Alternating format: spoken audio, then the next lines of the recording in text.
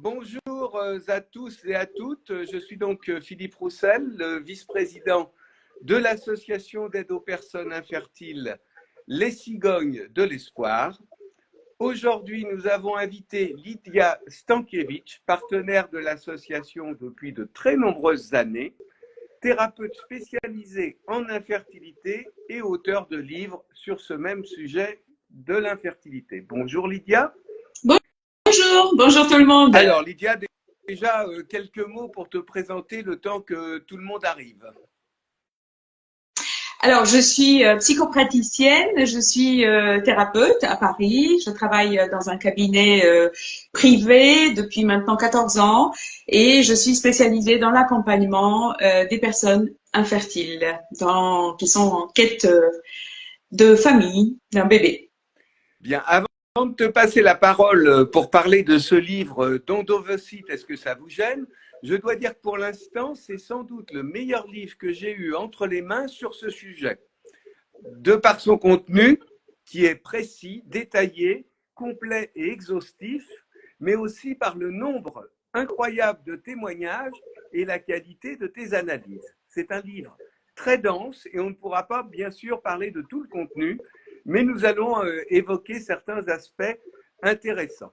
Première question, pourquoi ce livre?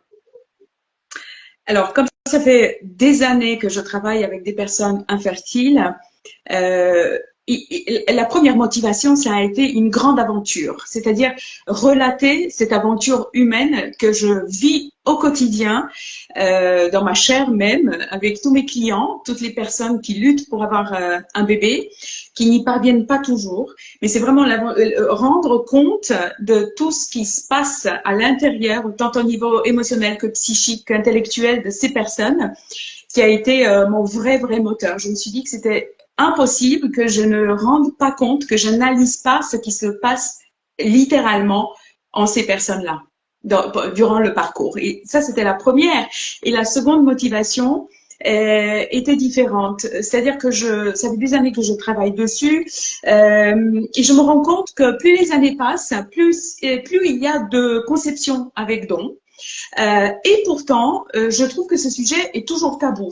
Alors, bien sûr, on en parle dans nos milieux médicaux, mais associatifs aussi. Mais quand on cherche un tout petit peu plus loin, dans les médias, il y a très peu de sujets là-dessus. Et moi, je le déplore parce que je me rends compte chaque jour en recevant des personnes qui n'ont même rien en commun avec ce sujet, qui, quand ils s'intéressent à ce que je fais, me disent « Ah bah oui, effectivement, j'ai la copine dont la fille a eu son bébé, comme si j'ai une cousine, etc. » Donc, le sujet est tabou et pourtant, de plus en plus de femmes y sont confrontées. Donc, je voulais que la société le sache. Bien. On ne va pas revenir sur la définition de ce qu'est un don d'ovocyte parce que j'imagine que les personnes qui viennent ici à un live sur ce sujet savent au minimum ce que c'est et comment ça se passe. Rentrons un peu plus dans le vif du sujet. Tu parles des multiples visages des enfants du don. Est-ce que tu peux dire quelques mots là-dessus? Parce que c'est vrai que moi je sais ce dont il s'agit, mais c'est quelque chose de très particulier, je trouve, et très varié. Oui, alors ma réflexion était partie du désir d'enfant et de la manière dont on conçoit les enfants. D'abord, c'est quelque chose de complètement inconscient. On fait l'amour et on conçoit un bébé. Quand on n'arrive pas à l'avoir, on va chez le médecin. Et quand on est confronté au don d'ovocytes, on va non seulement chez le médecin, mais chez le psy. Et il faut prendre la décision de le faire. Et c'est un enfant qui n'est pas conçu comme un autre. Et donc, forcément, ce parcours passe par la décision passe par le mental. Elle est d'abord mentale. Alors, pour accepter, il faut aussi qu'il y ait un sens, que la venue au monde de cet enfant ait un sens. Et donc, beaucoup d'enfants, voire tous les enfants du don, ont été extrêmement désirés. Leur venue a été parfaitement réfléchie, préparée. Et le sens de leur existence a été défini par les parents. Donc, c'est pour ça que ce sens, c'est ce fameux visage. Chaque enfant a un visage, donc chaque enfant a un sens pour ses parents. Et ce sont des sens différents, mais qu'on peut regrouper, je Oui. crois, dans un certain nombre finalement de catégories. Oui, alors je ne vais pas dire ce qu'il y a dans le livre, j'invite le lecteur à le découvrir, mais bien sûr, il y a des enfants, des familles euh, diverses qui sont complètement différentes. Il y a des enfants des mères célibataires, il y a des enfants des femmes qui ont perdu des enfants. J'ai pas envie de donner les détails de ces groupes, j'ai envie que les gens le lisent, mais effectivement, je pense que tout le monde peut s'y retrouver quelque part. Parce que la venue d'un enfant du don d'ovocytes est toujours un commencement d'une nouvelle aventure, avec ce sens que les parents lui donnent. Et c'est ce que je trouve beau. Tu dis que le don d'ovocytes est souvent vécu comme une injustice. Mais alors, comment peut-on aider les femmes face à cette difficulté? De quoi ont-elles besoin? Alors déjà, l'injustice, pourquoi? Ben, parce que elles ne sont pas comme tout le monde, elles n'ont pas droit à avoir un bébé naturellement. Ensuite, il y a une deuxième, c'est celle de devoir partager cette légitimité maternelle avec cette autre femme qui est la donneuse. On sait très bien qu'il n'y a qu'une maman, mais les femmes qui entendent la première fois parler du don d'ovocytes, elles sont extrêmement apeurées. C'est qui la mère? Je serai jamais sa vraie mère. Donc là, c'est aussi injuste de devoir porter un bébé qui ne porte pas les gènes de sa mère. Et puis, il y a une troisième injustice que je trouve importante, et c'est que beaucoup de femmes sont confrontées au fait de devoir partir à l'étranger, tout simplement. On peut pas avoir un bébé dans un hôpital français parce que ben c'est trop long, l'attente est trop longue. Et donc, devoir partir pour trouver des spécialistes rapidement, pour trouver une donneuse rapidement et réaliser ce projet, ce désir d'enfant, comprend aussi payer très cher, parce que ce sont des techniques qui sont extrêmement chères.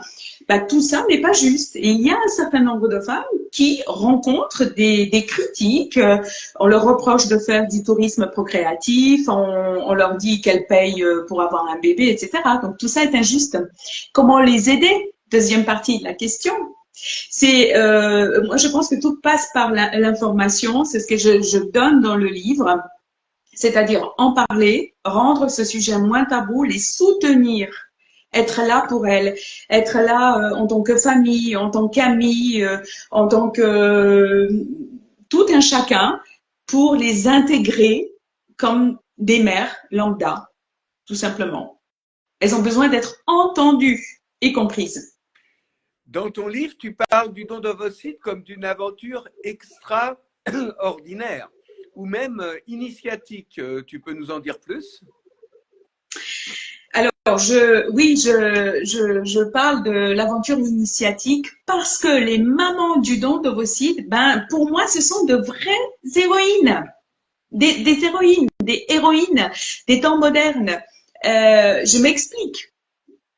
Au départ, elles ne savent pas ce que c'est le don d'ovocytes.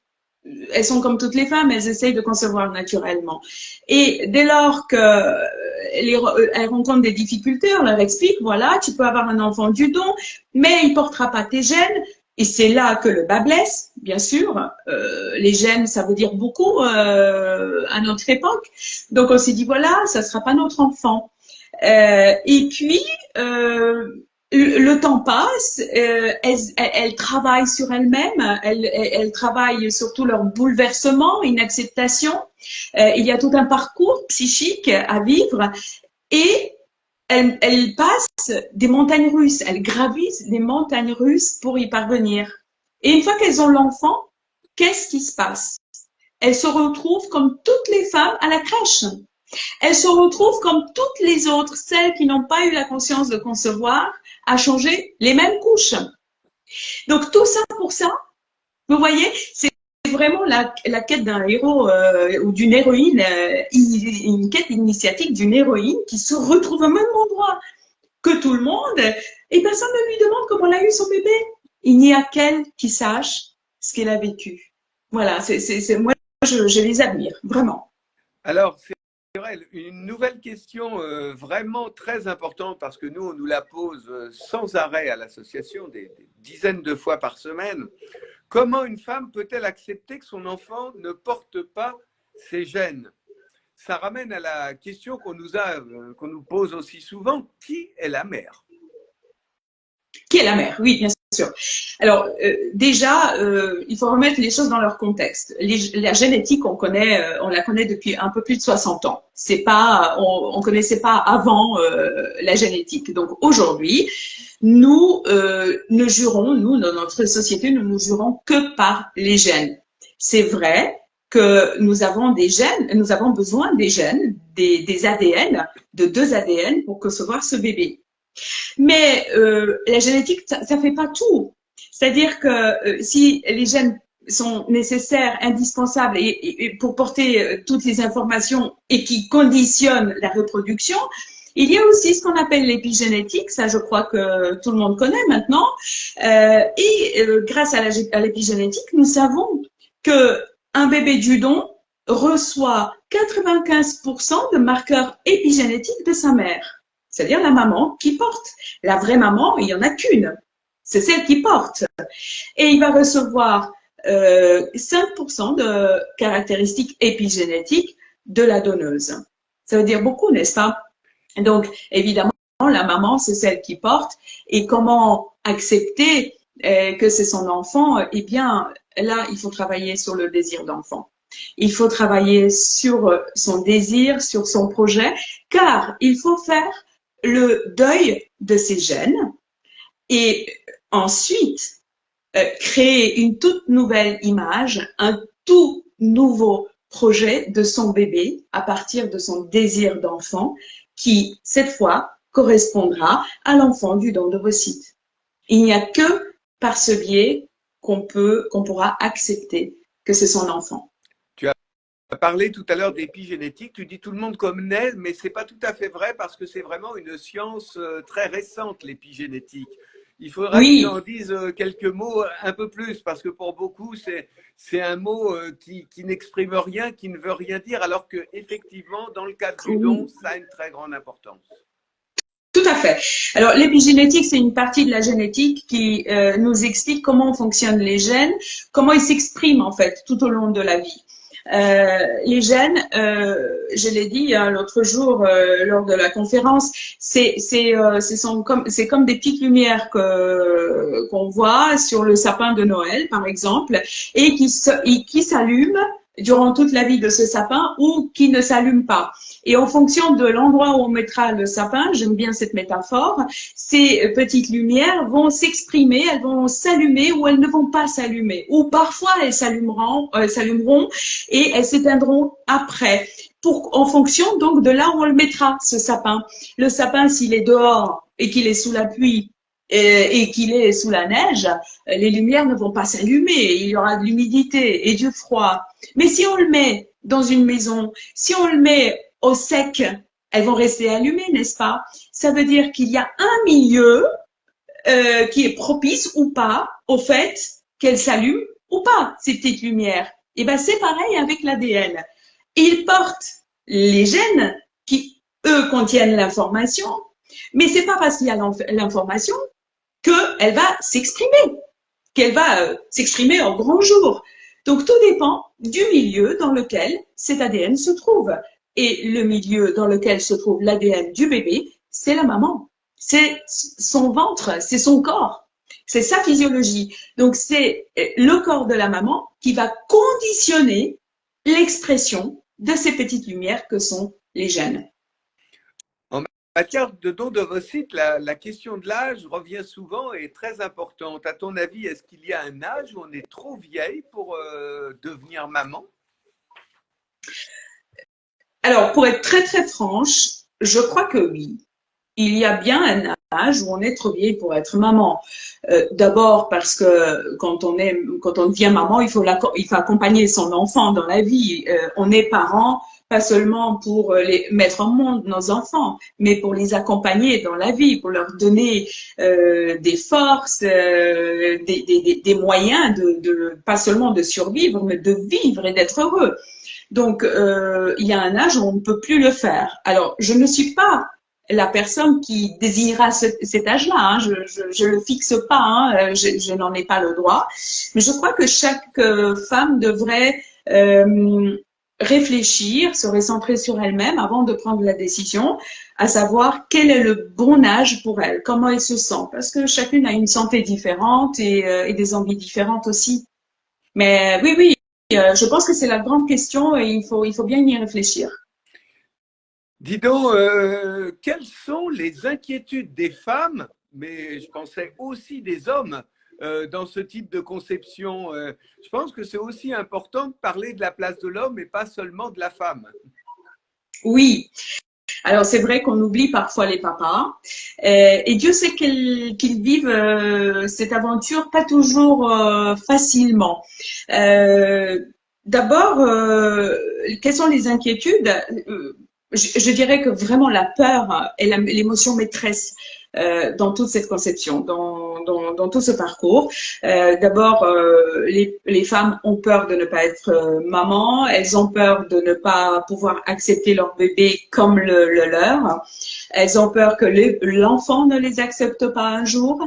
Elles ont peur d'être stigmatisées par la société. Elles ont peur d'être rejetées par leurs proches également. Donc, il y a beaucoup de choses qui se jouent. La relation avec l'environnement, la relation avec l'enfant, mais aussi justement sa place, sa légitimité en tant que maman. Et pour les hommes, c'est pareil, parce que s'il y a la participation d'une seconde femme, c'est souvent vécu comme une rivalité par la maman aussi. Beaucoup de femmes me disent souvent, me confient vivre ça comme un vrai combat, hein. C'est-à-dire qu'elles se disent en fait c'est elle qui a fait l'enfant avec mon mari, c'est elle qui lui a fait un enfant. Alors, je suis ni la femme de mon mari, ni la mère de l'enfant. Qui suis-je? Vous voyez? Et l'homme, je pense pas que ça soit très très fréquent. En tout cas, je n'en ai pas rencontré beaucoup, mais j'en ai quand même rencontré quelques-uns qui ont cette même impression, c'est-à-dire je voulais un enfant de ma femme et elle reste toujours ma femme, mais j'ai l'impression que je fais l'enfant avec quelqu'un d'autre. C'est pareil. Donc moi j'invite toujours des papas à venir me voir au moins une fois pour bien repositionner chacun dans ce puzzle familial. Quels sont si tu avais un seul à donner aux mamans du don pour se préparer à la relation avec leur enfant, quel serait-il? Un conseil. Un conseil, un conseil. Je dirais à ces mamans de travailler vraiment durant tout le parcours sur leurs émotions, sur leurs valeurs, sur le psychisme, vraiment sur le sens que tout ça peut avoir pour elles et la manière dont ça va changer leur vie, de manière à ce que un jour, quand l'enfant sera plus grand, admettons adolescent, et il le dira, de toute façon, t'es pas ma mère, qu'elle puisse l'entendre avec calme et sérénité, tout en disant, tu as le droit de le dire, et tout en étant persuadée que ce n'est pas vrai, que ce sont elles, les mères. Une double question, mais qui est très importante. Comment parler aux enfants nés d'un don? Alors, à la fois de leur conception, ça c'est vraiment la question qu'on a aussi en permanence, mais aussi comment leur parler pour assurer un bon développement à cet enfant. Alors, je pense que il faut parler à l'enfant le plus tôt possible. Le plus tôt possible, c'est-à-dire dès la naissance. Pourquoi je dis ça? Il y a des gens qui me disent, mais pourquoi ce conseil? Ben, je le dis parce que dans la transmission de l'information, il n'y a pas que l'intellect et la compréhension du cerveau adulte. Dans la transmission de l'information, ce qui compte, c'est aussi l'inconscient. Donc, quand l'enfant est déjà là, il peut, de manière inconsciente, mais recevoir quand même l'information de sa maman et de son papa. Donc, c'est bien de le faire en toute conscience, de transmettre l'information avec un mot doux, une phrase douce, un câlin, en disant, voilà, nous t'avons attendu longtemps, etc., que tu es venu de là, etc., en leur racontant l'histoire, hein, brièvement. Et ensuite, il faut laisser, enfin, selon moi, laisser l'enfant vivre sa vie, son enfance. Parce que justement, la particularité de cette conception, c'est qu'elle est différente, mais quand même l'enfant est comme tous les autres enfants. Il n'est pas différent. Donc il faut le laisser vivre sa vie. Et puis un jour, quand il va avoir l'âge de commencer à poser des questions sur la conception des enfants, eh bien il faut répondre à ces questions.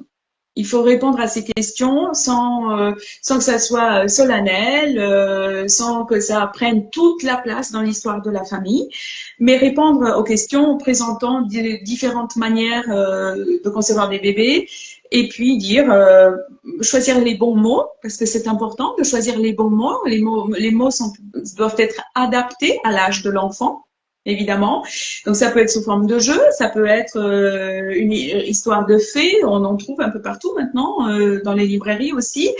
Selon l'appréciation de chacun, on peut choisir les bons mots adaptés à l'âge de l'enfant et raconter, voilà, il y a des enfants qui sont conçus comme ça, et toi, tu as été conçu comme cela. Et ensuite, l'enfant va commencer à intégrer l'information et ça va prendre des années. Ça va prendre du temps parce que le cerveau humain grandit jusqu'à l'âge de 25 ans. Donc, il faut que l'enfant ait le temps d'accepter cette information. Il peut l'apprendre telle qu'elle, mais ensuite, il va grandir avec, il va avoir des amis, il va évoluer dans sa famille. Et il faudra toujours être là pour lui quand il a des questions parce qu'elle va être toujours répétée, réitérée, mais d'une manière différente en fonction de l'âge. Et il va falloir à chaque fois adapter cette information. Alors, comme vous le voyez, il y a beaucoup de sujets traités dans ce livre. On ne va pas tout vous raconter parce que je vais vous le montrer comme ça. Je ne sais pas si on le voit bien, mais c'est un livre important, j'allais dire, en nombre de pages, parce que c'est quand même 200 pages, écrit en caractère, je trouve, relativement petit et relativement serré. J'ai mis un peu de temps à le lire. Question, Lydia, à qui s'adresse ce livre? Alors justement, ce livre s'adresse aux personnes qui l'ont vécu, qui sont parents aujourd'hui, aux personnes qui vont le vivre, qui s'apprêtent à le vivre, aux personnes qui doutent, qui ont des questions, mais pas seulement.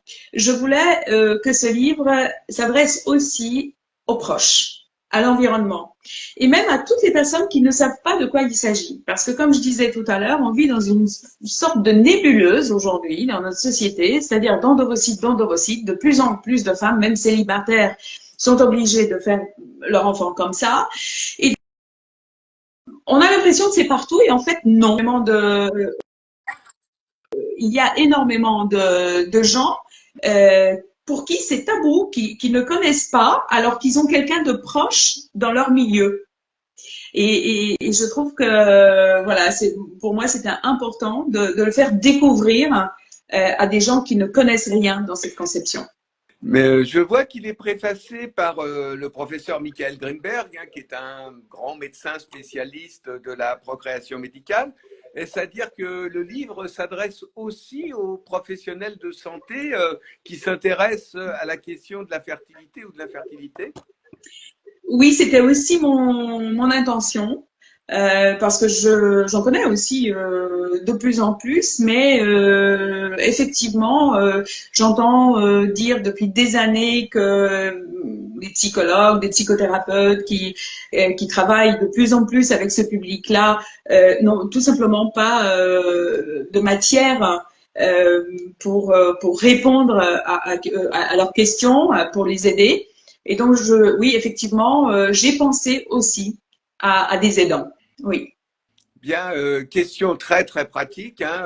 Où peut-on trouver ton livre? Il a été édité aux éditions Quintessence, il vaut 18 euros. Maintenant, dis-nous où est-ce qu'on peut le trouver. Alors, on peut le trouver un peu partout. Alors, il y a bien sûr Amazon. Ceux qui n'aiment pas Amazon, il y a la Fnac. Il y a des sites, il y a Erol, je sais que à Paris il y a beaucoup de Fnac qui sont fournis. Il y a la librairie Procure, mais en fait il suffit de taper le titre et je crois qu'il y a plusieurs librairies qui apparaissent directement. Et s'il s'agit d'un petit libraire du coin, il aura peut-être un exemplaire parce qu'ils font ça maintenant, ils commandent un ou deux exemplaires et pour peu que ces exemplaires ne soient plus là, il suffit de le commander et vous l'aurez dans les 48 heures. Il faut dire que la mise en place est en train de se faire dans toute la France parce qu'il est sorti très récemment. Également, on peut le trouver sur notre site lescigognesdelespoir.com à la rubrique librairie, musique et édition. C'est bien sûr de l'achat en ligne. Petite précision, si vous avez envie de rencontrer Lydia en chair et en os, elle sera présente avec nous le 10 octobre à Lyon. Elle fera une dédicace justement, pas seulement de son livre, mais de ses livres à notre réunion d'information qui aura lieu à partir de 16 heures, où nous serons présents avec un certain nombre de partenaires.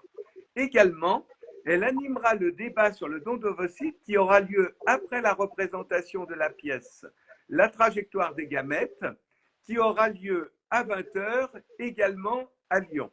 Donc, vous pouvez vous inscrire à ces deux événements, toujours sur le site www.lescigognesdelespoir.com à la rubrique événements.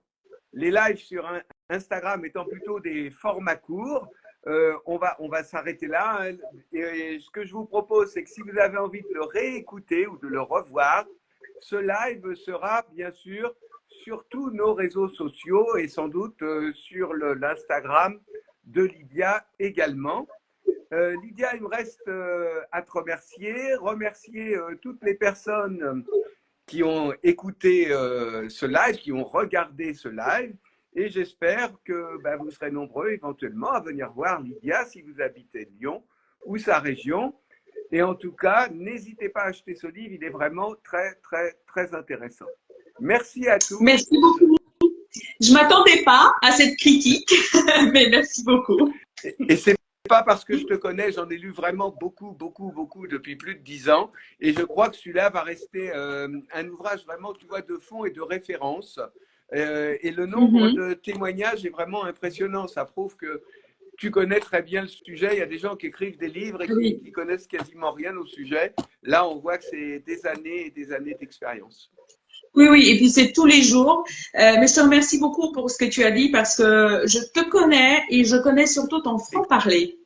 Donc, merci à tous. C'est d'autant plus appréciable. Je vous souhaite à tous une excellente soirée. À bientôt pour le prochain live. À bientôt. Merci. Au revoir. Au revoir.